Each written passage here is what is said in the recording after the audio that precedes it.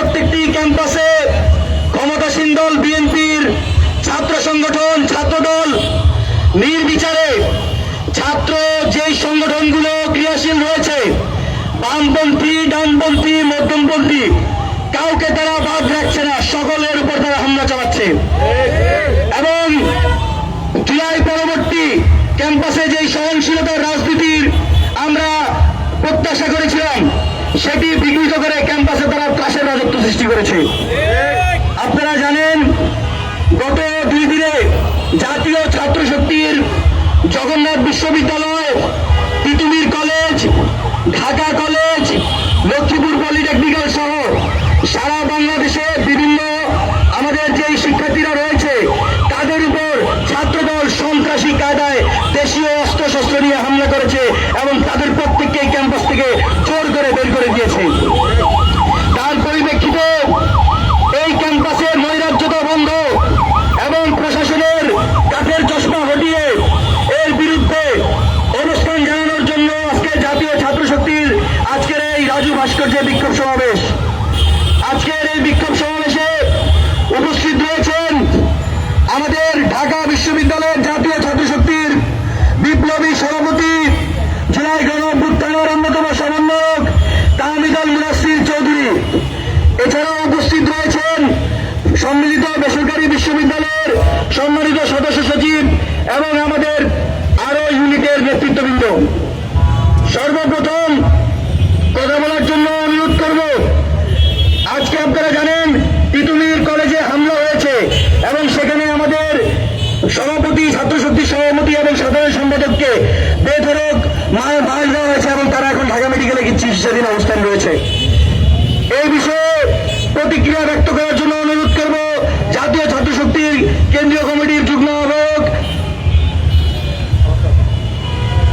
সুজন ভাইকে। নীরব হাসান সুজন। সংগ্রামে উপস্থিতি, আপনারা জানেন জুলাই গণঅভ্যুত্থান পরবর্তী যে রাষ্ট্রের স্বপ্ন আমরা দেখেছিলাম সেই স্বপ্ন ছাত্রদলের সন্ত্রাসীদের দ্বারা আজকে বিলম্বিত হচ্ছে।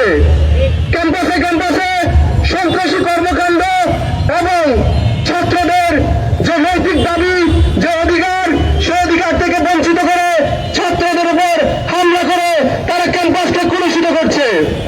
আপনারা জানেন হবিগঞ্জে আমাদের ছাত্র শক্তির সংগঠক আলিফকে চোখ খুঁটিয়ে খুঁটিয়ে তার চোখকে নষ্ট করে দেওয়া হয়েছে। আপনারা জানেন গতকাল জগন্নাথ বিশ্ববিদ্যালয়ে ছাত্র শক্তির নেতৃবৃন্দ সহ শিক্ষার্থীদের উপর ছাত্র নৃশংস হামলা চালিয়েছে। আপনারা জানেন ঢাকা কলেজে গতকাল নৃশংস হামলা চালিয়েছে।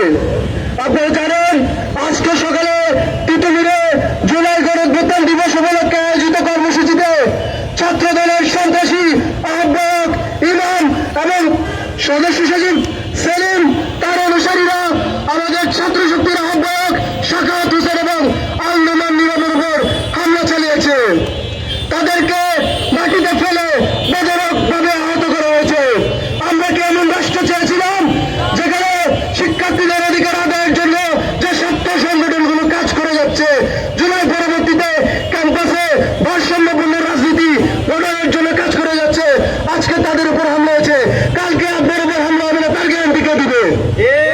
আপনারা জানেন দেশে বিদ্যুৎ বিলের আগমন ঘটেছে। আপনারা দেখেছেন বিদ্যুৎ বিল বুদ্ধিভাবে বেড়ে যাচ্ছে, নিত্য প্রয়োজনীয় পণ্যের দাম বেড়ে যাচ্ছে। তার একটু আমার কি সেই আই হ্যাভ এ প্ল্যান নিয়ে এসেছেন এখানে?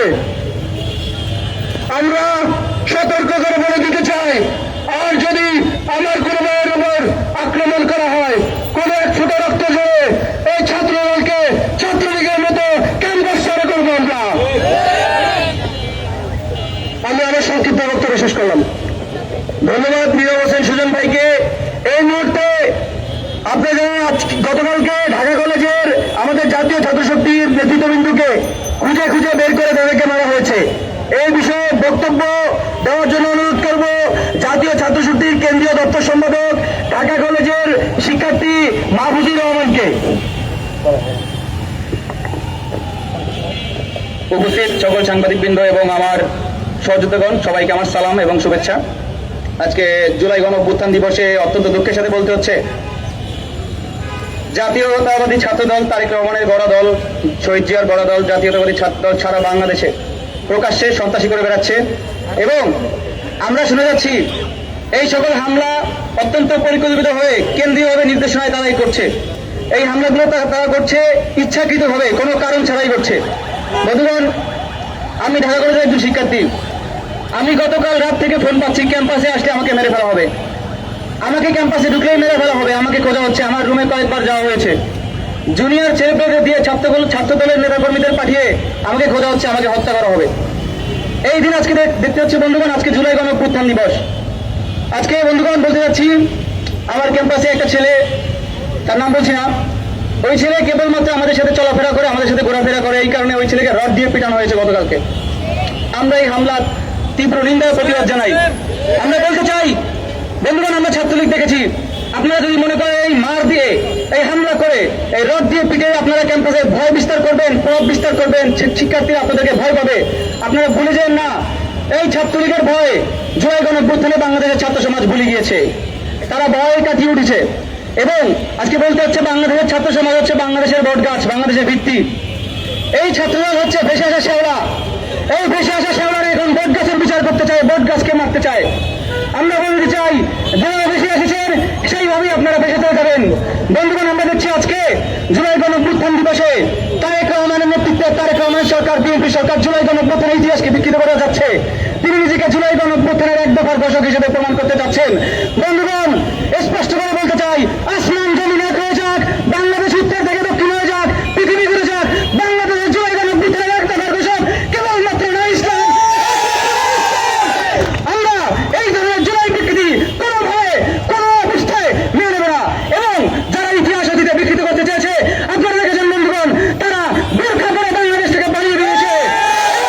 নতুন করে যারা এই ইতিহাস বিকৃত করতে চাইবে, তারা বোরখা পরানোর সুযোগ পাবে না, তারা কোনো পড়ানোর সুযোগ পাবে না, তারা বাসা বাড়িতে বর্ডারে যুব দলের নেতাদের বিরুদ্ধে পালিয়ে গেছে।